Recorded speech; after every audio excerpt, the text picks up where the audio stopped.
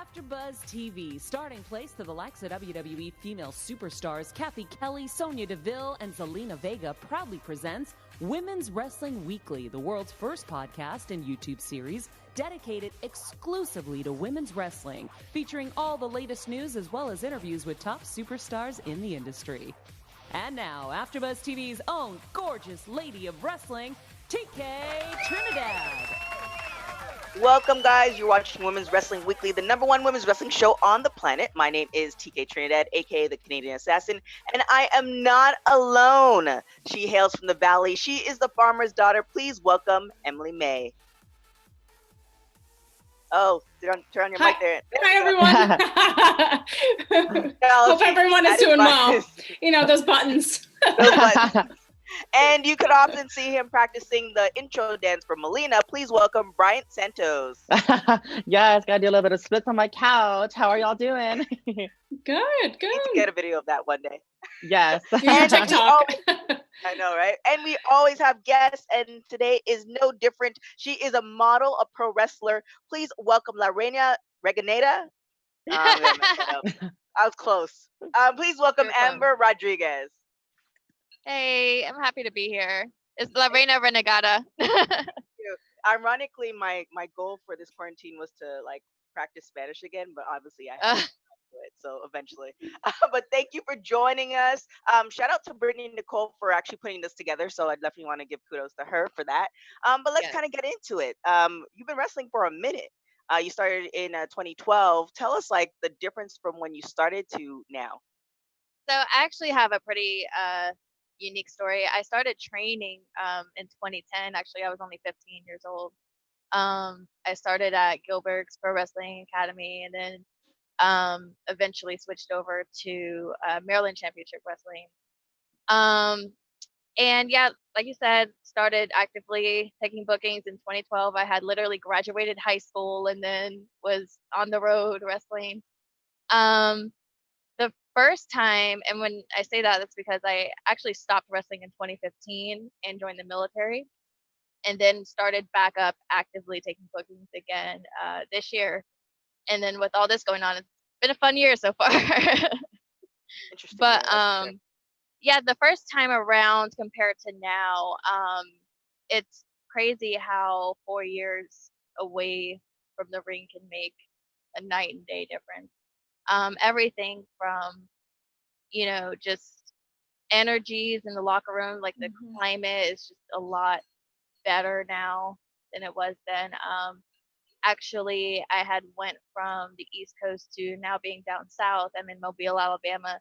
And so the scene, the Southern wrestling scene is so much different from being on the East Coast. Even the wrestling style in the ring is different. So yeah, it's a long list of differences. So when you go on. OTK, when you first started wrestling, what was that moment like for you? Because you're training, at 15. It was interesting. It kept me out of trouble for sure. I come from a really rough neighborhood. I grew up in the DMV, and so I always loved wrestling. I always loved watching it. I actually started with my brothers, one of them being Chuck Lennox from Future of Honor, or MCW. And yeah, so we were always just looking for ways to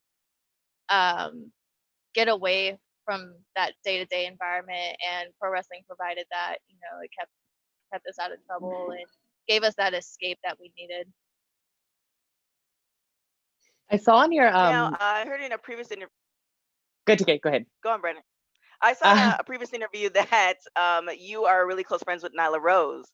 Kind of tell us about that relationship and how you guys are inspiring each other through this kind of women's evolution. Oh, she's awful. No, I'm just kidding. No, I love her. That's my sister. She's always been my sister. Actually, we used to live together. So, wow. Yeah, I mean, it's just, she's like my soulmate. We will always be close, and I am just beyond happy for her. Like, better late than never, but she's deserved this opportunity and everything she's getting. She's more than deserving of it. And it should have happened a long time ago. But like I said, better late than never. But yeah, she's a star, and she's always been an inspiration to me. Even, you know, the first time I was wrestling, we were on the road every weekend wrestling each other. So, and even at that time, you know, she's very ambitious, you know, and it would be times where I would just, I don't know, be in my head, and, you know, she'd push me, and, you know, vice versa, you know, and then even when I stepped away from the ring, we kept in contact, we kept that close friendship. And, you know, even now with me coming back into it, she's actually a huge influence on me getting back into the ring and getting back into doing what I love, you know, seeing her make it, you know, of course I was happy for her, but it just kind of made me wonder, like, man, I wonder what would have happened if I had stuck with it, you know. And she's like, come back and see, you know. And so it feels good to just have that person 24/7 that I can always count on and call and, you know, pick her brain and, you know, whatever. Yeah, that's amazing. Did she give you any specific advice in a moment while you were either training or whether when you were getting back into it that has stuck with you? I mean, it was always her saying, you got this, you know what you're doing, you got this. And just her reminding me of who I am and, you know, what I'm capable of doing, and just getting that confidence out of me. I love that. I have a quick question about, I saw on your recent gear that you paid homage to the LGBT community as an ally. So I just thought that was amazing. So what inspired you to do that, and how was that whole process like? Nyla. Oh, and Yeah, so like, it's funny because I actually come from a very old school Christian family. So I was not really sheltered, but I was ignorant to certain things. And it wasn't until I had friends like Nyla and referee William Jackson, that's another huge friend of mine.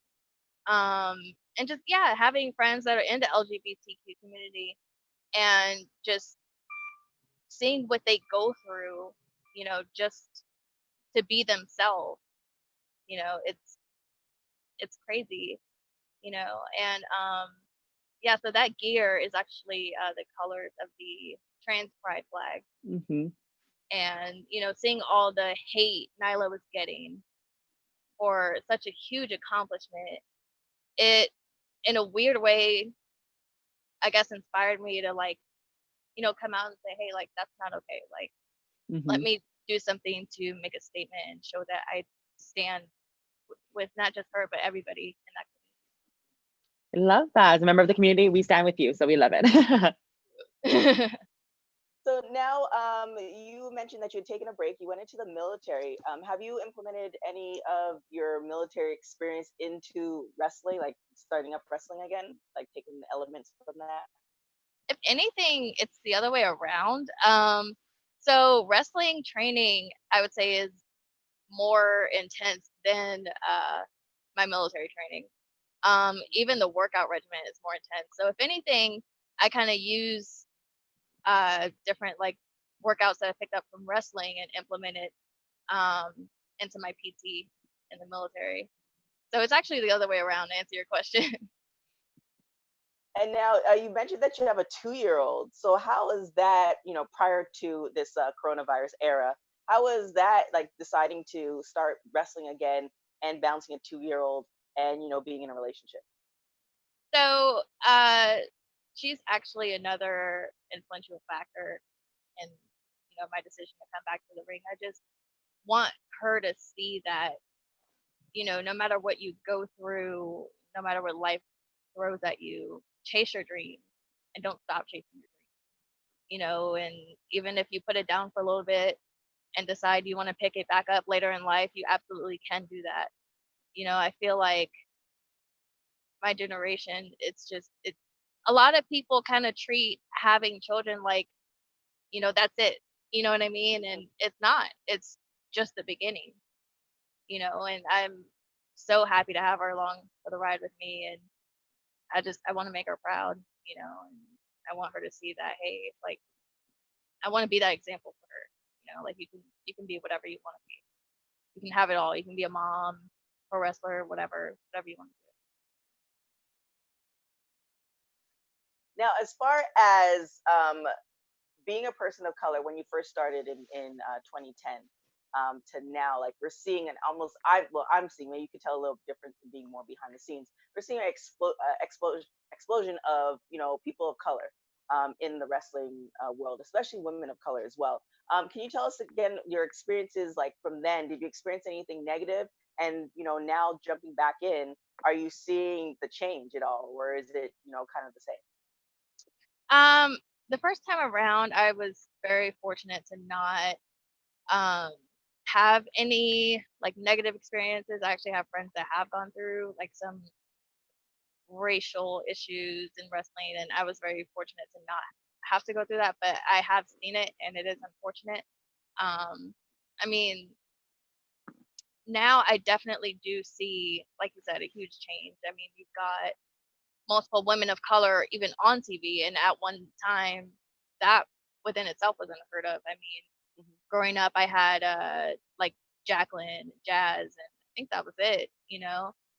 And now, you know, there's so many other people, and it means so much for, you know, some little girl to look at the TV and see somebody who looks like her, you know, and know that, you know, she can do this too.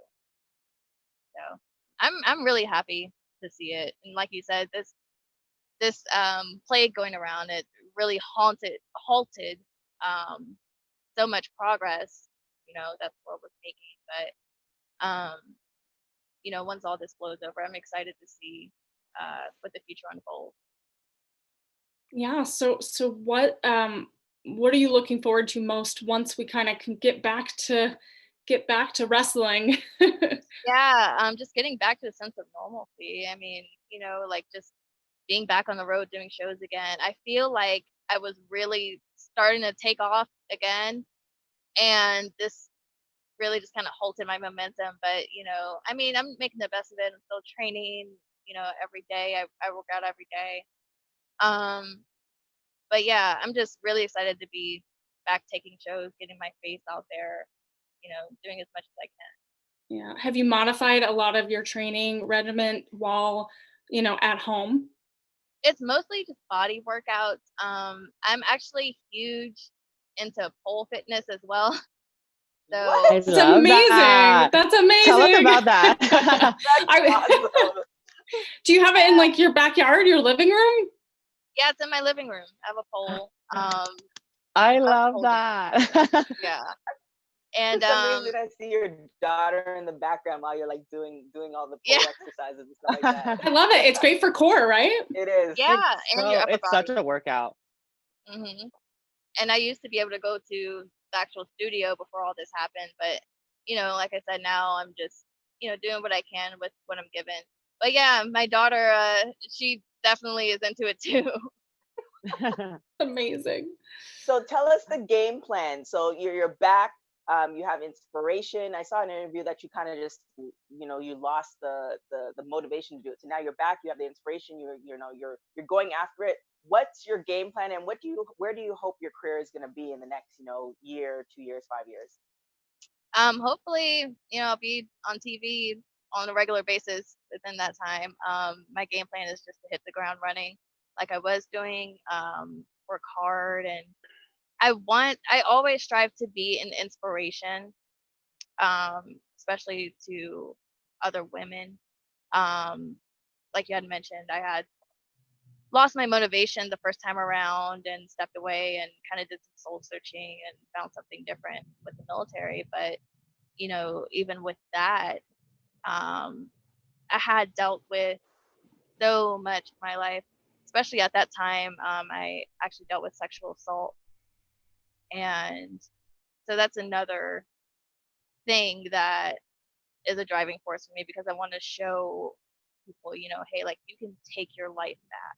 You know, you can come back from it.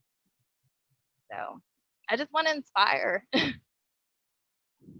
And dream matches. Anybody you wanna have a match with? Oof, so much. Nyla again, like now that we're both at a different point in our lives, I think we'll definitely make some magic now on top of the 20,000 matches we already have. Who else? Me and Trevor Eon was actually set to have a match, so hopefully that's still on the table when all this is over. And I love intergender matches, by the way. I'm a huge fan of them. Love doing them. They're very fun. Ashton Starr in a singles match would be great. Alex Gracia in a singles, because we've done triple threat, but never singles. Mickey James again. It's a long list. Eva Lise is like somebody else who is a huge influence on me, and I would love to share the ring with her. And Thunder Rosa, I always gotta throw her in there. Yes, Thunder Rosa is amazing. Mm-hmm. That's a credible list right there. I like. I know, right? We gotta schedule all those. make it happen. So now, with everything that's going on, you know, we have we thought that WWE was going to be doing pre-tapes. They kind of got the governor to sign off for them to do live tapes. What's your feeling on that? Do you think that, you know, would you take a step back and say, you know, no, I want to keep myself and my family, you know, together, even though they're doing everything possible to keep the wrestlers safe? Like, what's your feeling on that, Nate?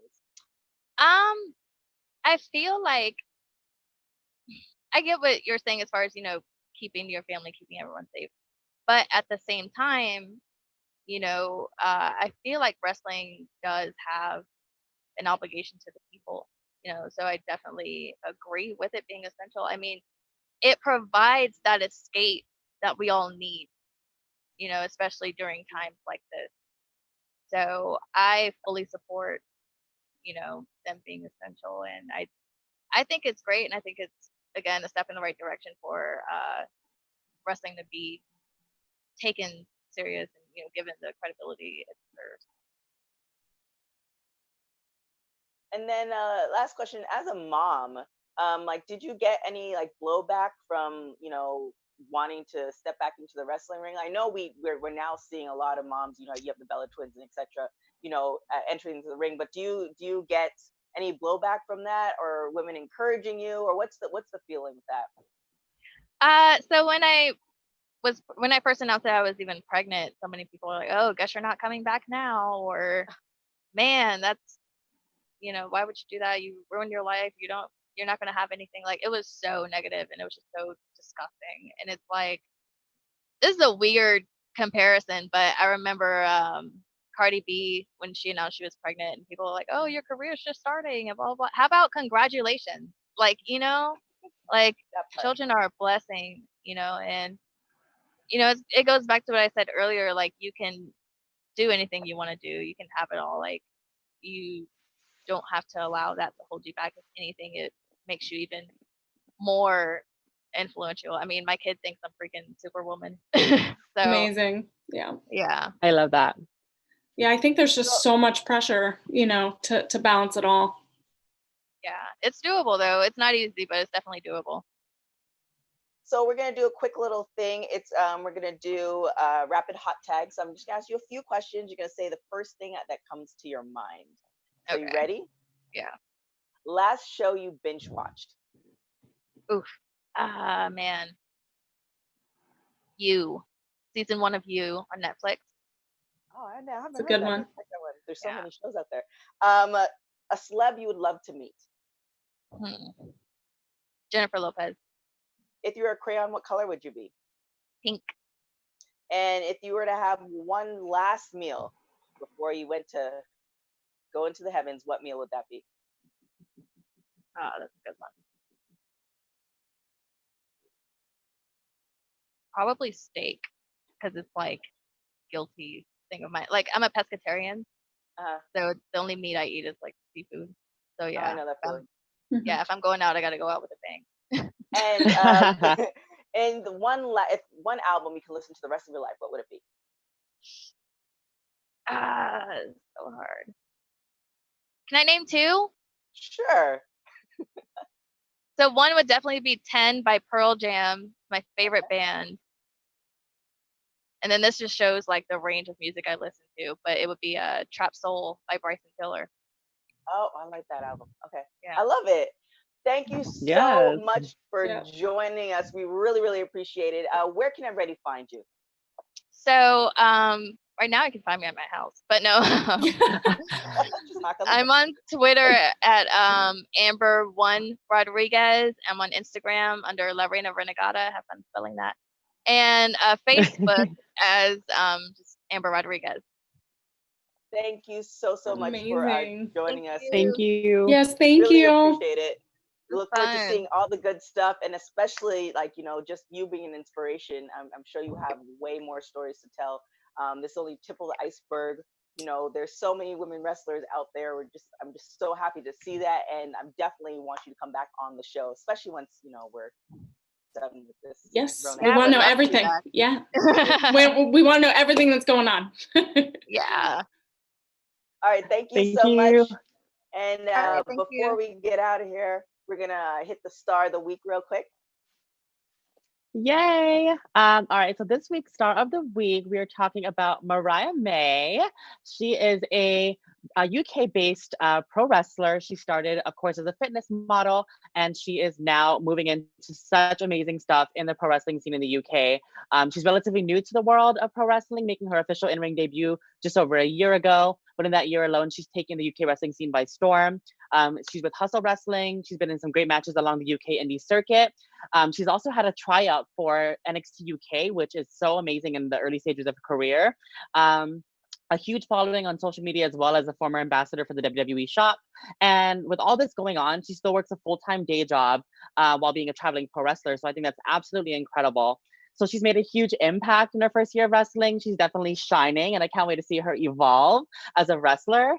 So yeah, that's Mariah May. So she's our star of the week. Thank you so much. Amazing. Bryant. Thanks, Bryant. So we are about to get out of here. Where can everybody find you, Emily? So you can find me on Twitter and Instagram at Emily May Hetler. And Bryant? You can find me on Instagram, Twitter, YouTube, and TikTok as the Bryant Santos. And thank you so much again, Amber, for joining us. We really, really appreciate it. You can find, if you are following, you should be following us. You should be following us at WPW Weekly on AfterBuzz, on Instagram, Twitter, all that good stuff. If you're watching us on YouTube, make sure you hit that subscribe button. If you're listening to us on any podcast platforms, make sure to give us 5 stars or better and leave those comments. We really, really appreciate that. I've been kind of going back and reading the comments. I do read them just eventually. And you can follow me on everything at TK Trinidad. Till next time, guys. Ciao.